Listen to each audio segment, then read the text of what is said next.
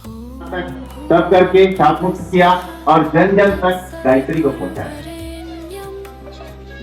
तो इस गायत्री सबको, इसमें गायत्री उपासना से क्या होता है, हमारा मन भी पवित्र होता है, कषाय कलमश भी दूर होते हैं और हमारा जीवन जो है स्वर्गमय होता है। दूसरा गुरुदेव ने बताया साधना। साधना किसकी करना, गुण कर्म और उसको ठीक करना, अपने गुणों को, अपने जो कर्म करते हैं उन कर्मों को ठीक कर लेना और अपने स्वभाव में परिवर्तन लाना, इसी को हम साधना। अब गुण कर्म स्वभाव कैसे ठीक हो, हम मनुष्य जन्म जो होता है, मनुष्य वैसे गुरुदेव ने बताया है जब पैदा होता है तो अशुद्ध, वह जन्म जन्मांतरों की 84 लाख योनियों से गुजरकर जन्म जन्मांतरों के कुसंस्कारों को अपने जन्म के साथ लेता है। वे कुसंस्कार जो है आवश्यक नहीं है, लेकिन हानिकारक भी है, लेकिन उसके स्वभाव के अंग बन जाए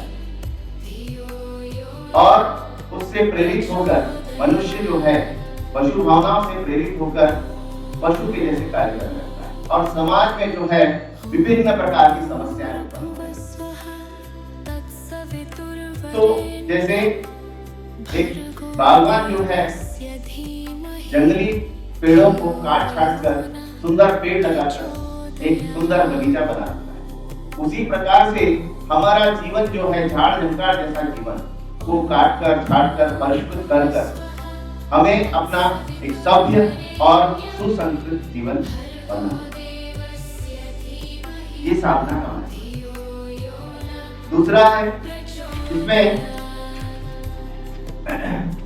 तो अध्याय साधना में दूसरों के दुखों में भागीदारी हो, दूसरों के सुख में अपना सुख समझना, ऐसी वृत्तियों को विकास कर लेना, करने का प्रयास करना ही अपना साधना है, अपने जीवन को साधना। और जीवन साधना गुरुदेव कहते हैं कि किसी देवी देवताओं की साधना करें, उसका लाभ हो या न हो, लेकिन जो जीवन को साध लेता है, जो जीवन में अपनी गलतियों को ध्यान करता है, गलतियों पर गौर करता है और उसको सुधार लेता है, उसका जीवन सध जाता है और उसके भौतिक लाभ भी मिलते हैं और आध्यात्मिक लाभ। तीसरा गुरुदेव ने बताया है स्वाध्याय। स्वाध्याय का अर्थ होता है स्वधन अध्ययन, यानी हम सत्संग के माध्यम से भी स्वाध्याय होता है, लेकिन क्या होता है, महापुरुष संत महात्मा जो है वर्ष में एक बार कहीं पर रामायण गीता का पाठ होता है, तब संपर्क में आते हैं और वे चले जाते हैं, लेकिन और हम उसके बाद में उनके जो सत्संग का जो भाव रहता है हम भूल जाते हैं, फिर जैसे के तैसे बन जाते हैं। इसके लिए गुरुदेव ने सबसे अच्छा दिया बताया कि सत साहित्यों का अध्ययन। सत साहित्यों में रामायण आता है, गीता आती है, गुरुदेव का गायत्री महाविज्ञान है, अखंड ज्योति पत्रिकाएं हैं। स्वाध्याय जो है अपने मन के मैल को छोड़ा, अपने अंदर में जितने भी कषाय है, कलमश है, दुर्गुण है, दोष है या किसी भी प्रकार का नशा में प्रवृत्ति है, ये सब धीरे धीरे स्वाध्याय से होते हैं।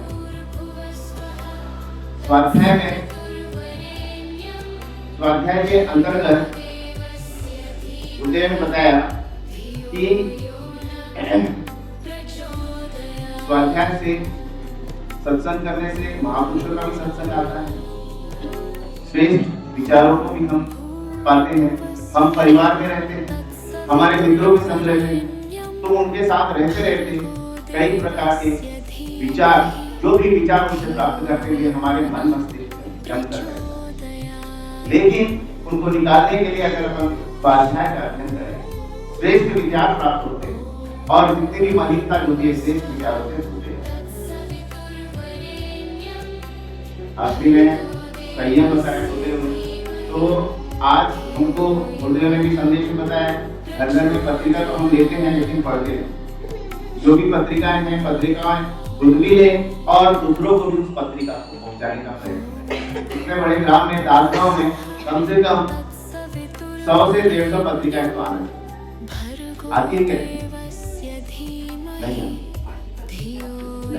5 पत्रिकाओं से काम नहीं करता। नहीं खुद भी पढ़ना है अपना। जैसे हम सुधरते रहेंगे, हमारा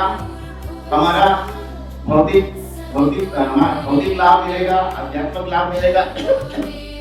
हमारा सुधार देखकर दूसरे को भी लगना चाहिए कि ये कैसे सुधर है, किस प्रकार से सुधर है। उपासना, साधना और स्वाध्याय के माध्यम से सुधर है, तो दूसरों को भी ऐसा आचरण मिलना चाहिए। तो आप लोग 5 से कम 25 करिए, तो हम लोग 20 सेकंड जो भी हम केवल तो का या दूसरे व्यक्ति को दुनिया में उनके द्वारा होता है। चौथा है संयम। संयम में क्या होता है? रोकथाम यानी जो हमारी जो शक्ति है, हमारा जो सामर्थ्य है, हमारी जो विभूतियां हैं, वे अगर उसको सही दिशा न दिया जाए तो वे गलत दिशा में जाएगी और शक्ति का अपव्यय होगा। तो संयम में गुरुदेव ने बताया, पहला इंद्रिय संयम। इंद्रियों में हमारा 5 ज्ञानेंद्रियां आती हैं। पहला है हम जैसा खाएगा अन्न वैसा बनेगा। हम घर में अपने बच्चों को सिखाएं कि क्या खाना चाहिए और क्या नहीं खाना चाहिए। अभी घर में कैंसर हो रहा है, घर में हार्ट अटैक आ रहा है। कैंसर एक मोहल्ला है तो वहां पर 3-4 कैंसर के पेशेंट हैं। ये क्या हो रहा है? हमारा जो आहार विहार की पद्धतियां बदल गई, तो उसको भी बदलना है। तो खाने पीने पर संयम करना है। दूसरा अर्थ संयम। हमारे पास पैसा धन होता है, उसको गलत यानी शानो शौकत में खर्चा करते हैं, दुर्व्यसनों में खर्चा करते हैं। तो अगर उसको रोकथाम किया जाए तो वह धन जो है हमारे लिए उपयोग में होगा और हम उसको समाज के उपयोग में भी लगाया जाए। गरीबों को खान में लगाया जा सकता है। किसी गरीब के बच्चा होशियार है, विद्वान है, तो उसको पढ़ाई लिखाई करके हमारे समाज का एक विद्वान बना सकते हैं। तो संयम, समय का संयम भी करें। अपने पास भगवान ने 24 घंटे दिया है, 24 घंटे में से दिनचर्या को व्यवस्थित किया जाए। कितने बजे उठना, कितने बजे उपासना करना, साधना जिंदा की साधना करना है, स्वाध्याय कब करना चाहिए। देखिए, भजन बिना भोजन नहीं और स्वाध्याय बिना शयन नहीं। ये हमको संकल्प लेना है। हमको भोजन के पहले भोजन करना है और सोने के पहले स्वाध्याय जरूर करें। स्वाध्याय से हमारा अंतर मन पवित्र होता है, विचारों में पवित्रता आती है, मन शुद्ध होता है और हमारा मन सत्य रहता है।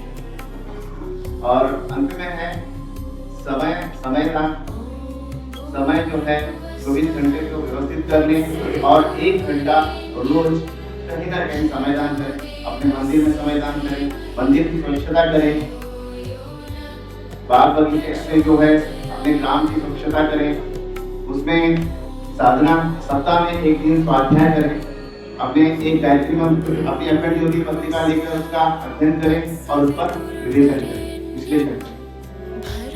और अंशदान में जो है, दान से धन पवित्र होता है, इसलिए जरूर 1 रुपया, 2 रुपया, 5 रुपया रोज हमारे मंदिरों के लिए, हमारे समाज के लिए, हमारे समाज के उत्थान के लिए जरूर निकालें। उससे हमारे पर्व भी मनाए जा सकते हैं और हमारे वृक्षारोपण के समय भी हम पेड़ लगाए जा सकते हैं। तो गुरुदेव ने अपना ये जो समयदान हमारे पास, गुरुदेव ने 24 घंटे में हमारे पास जो भी सामर्थ्य है, विभूतियां हैं, इस सब का उपयोग समाज के उत्थान के लिए करना है। गुरुदेव ने जो भी गुरुदेव से दीक्षा लिया है, गुरुदेव को अपना माना है, गुरुदेव के सच्चे शिष्य बनना है और माता जी के शताब्दी वर्ष के लिए अपनी श्रद्धांजलि जो है देना हो, तो वे जरूर ये जो 5 बातें बताई गई है अपने जीवन में लागू करना और कट्टरता से लागू करना।